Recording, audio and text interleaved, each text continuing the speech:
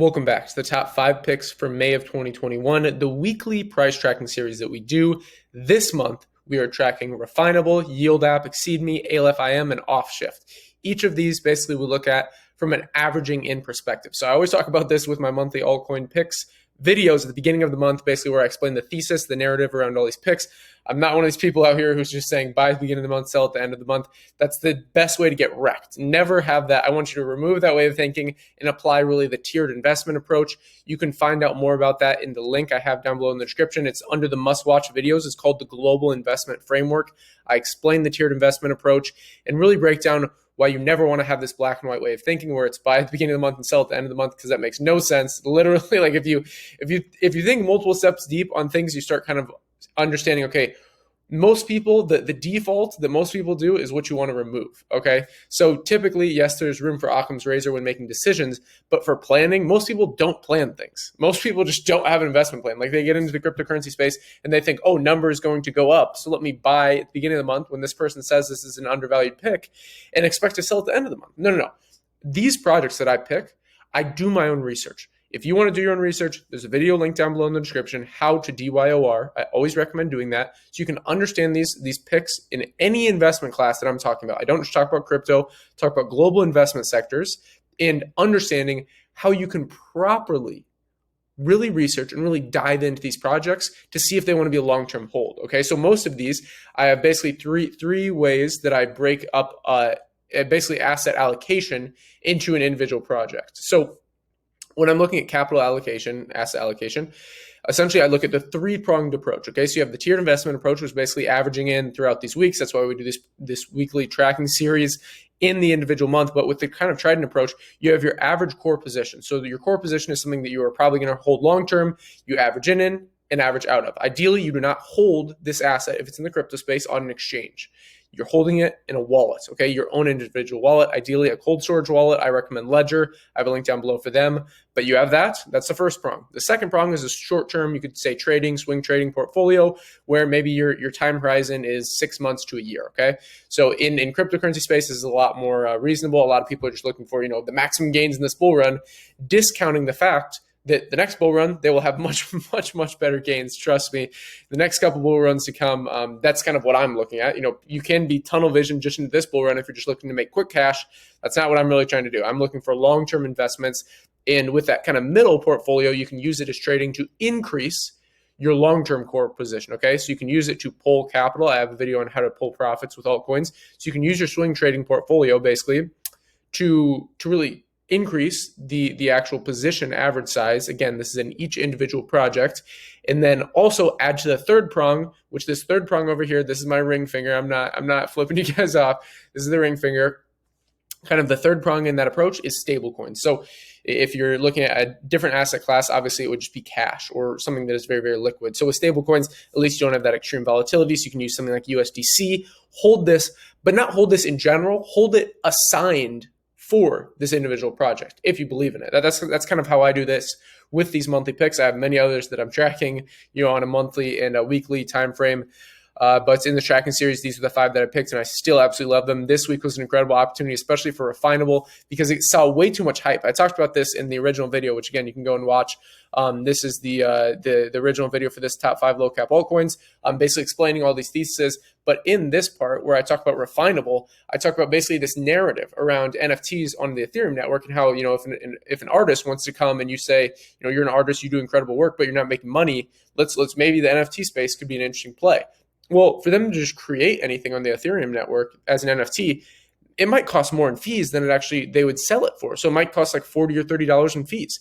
How can they make a profit then? Well, that's why you have to identify other kind of the yin to the yang. So Binance Smart Chain, which PancakeSwap has blown up, that decentralized exchange that I was talking about, under $1. Now it's gone just ballistic, like over 40x.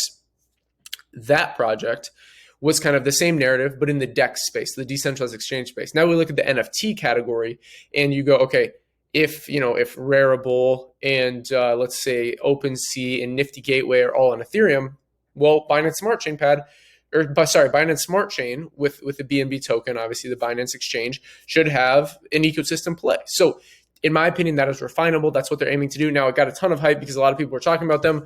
This is something that I did not buy the hype with. I was very, very glad.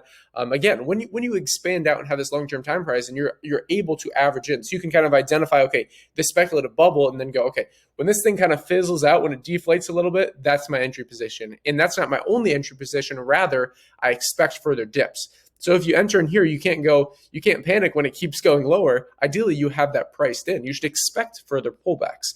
So that's the nice thing. I have a nice amount of capital allocated for this project, just holding in stable coins.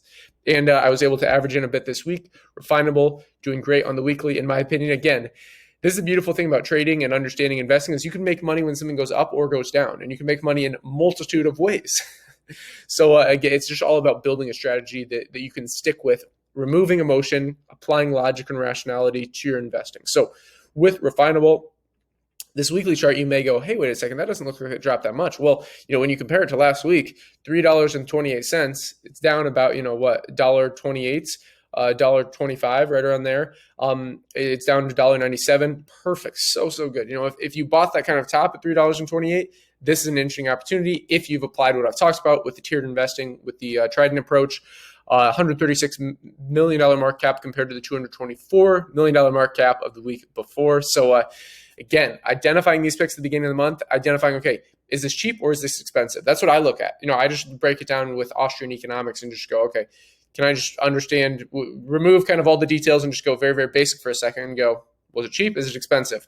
Then you have that framework going for you. And then you go, okay, what's my entry positions? And then you start building your strategy. So keep it basic at the beginning, KASS, keep it simple, stupid, right? So that's the best way to kind of do it at the beginning. And then you can kind of build your plan on top of that. So lay the foundation. Is it cheap? Is it expensive? Build on top of that. What are the best entry positions? Identify the thesis, identify the narrative, and then go from there, okay? So Yield App YLD, 83 cents, $82 million market cap. Again, incredible things coming for Yield App. I really see it as like the Coinbase of the DeFi space. So, Coinbase is basically the top centralized exchange, whereas Yield App, 76 cents, crazy. I made a video on this a long time ago. Their user interface is going to be killer. People don't really understand the decentralized finance marketplace again, but just like I was talking about in a daily DeFi this morning, when I was seeing family this weekend, I'm back in the United States for a funeral and obviously just see family for like Mother's Day time and then back over to Georgia and Armenia.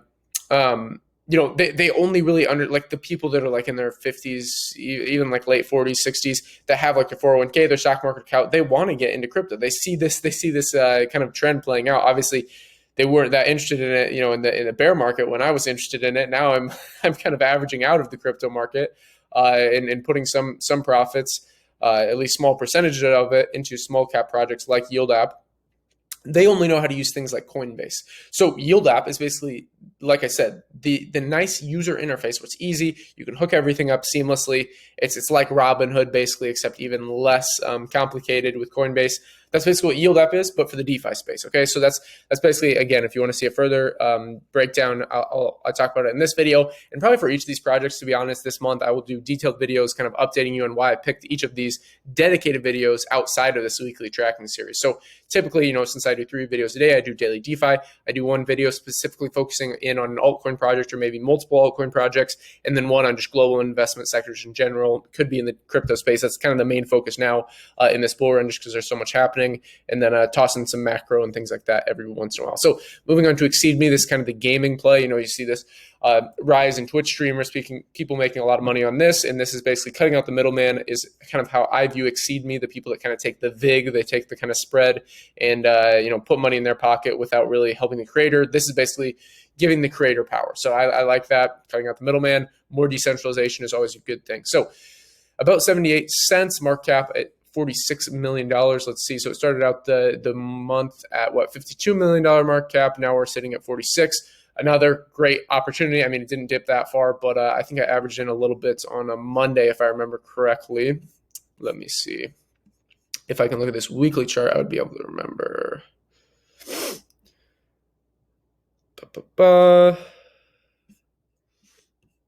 Somewhere in this range, because it fell a little bit somewhere in this region. Sorry, and my time frames are a little thrown off with traveling. But anyways, I was able to average in this month again. I already had a nice core position, but I kind of use those stable coins allocated for Exeedme, and typically I just set conditional orders so they automatically execute for me, so I don't even have to think about it. Like I'm not doing the trade, it's doing it for me. And that's kind of the way I like to do it. Again, removing as much emotion as possible and just applying the kind of the rationale side. So building a plan, sticking to it. So Aleph.im, ALEPH, 44 cents. I talk about this one in the top 5 market. And the market cap is 37 million. So I talk about this one, like I said, in this video. You can check that out. Let's see. So it's literally basically the same. So it's sideways. So interesting opportunity there. XFT Offshift has done a nice little gain. I mean, this one, when it exploded, I pulled a lot of profits from this. So XFT, I basically de-risked from. But now that it's back down below $10 million in market cap, and it didn't keep up with that like crazy pump that it had. I mean, I'm pretty bullish on this. This is, I think I got in around, when was it? It had to have been like somewhere in here, September, somewhere in this region, because I was in Belgrade. I remember when I originally invested in this in Serbia, and I was very curious about this and all the NFT things before kind of this, 2021 crypto crazy madness things are going on, and it was still kind of pre-bull run back in September. And yeah, I know I acquired some here. It probably would have been like when I was in Serbia for a little bit, somewhere in this region. Again, maybe it looks like you were buying a bottom here. Or maybe if it falls down here at this point in time, like if you can't see all this price history, it looks like maybe you got pump and dumped. But then you see this massive gain. I definitely de-risked a bit here. But as a low cap play, I mean, I love Offshift. I love what they're doing. Again, maybe I can make a detailed video on this. Let me know in the comments if you have any questions about any aspect of this video. That's all for this one. As always, invest global, and until next time.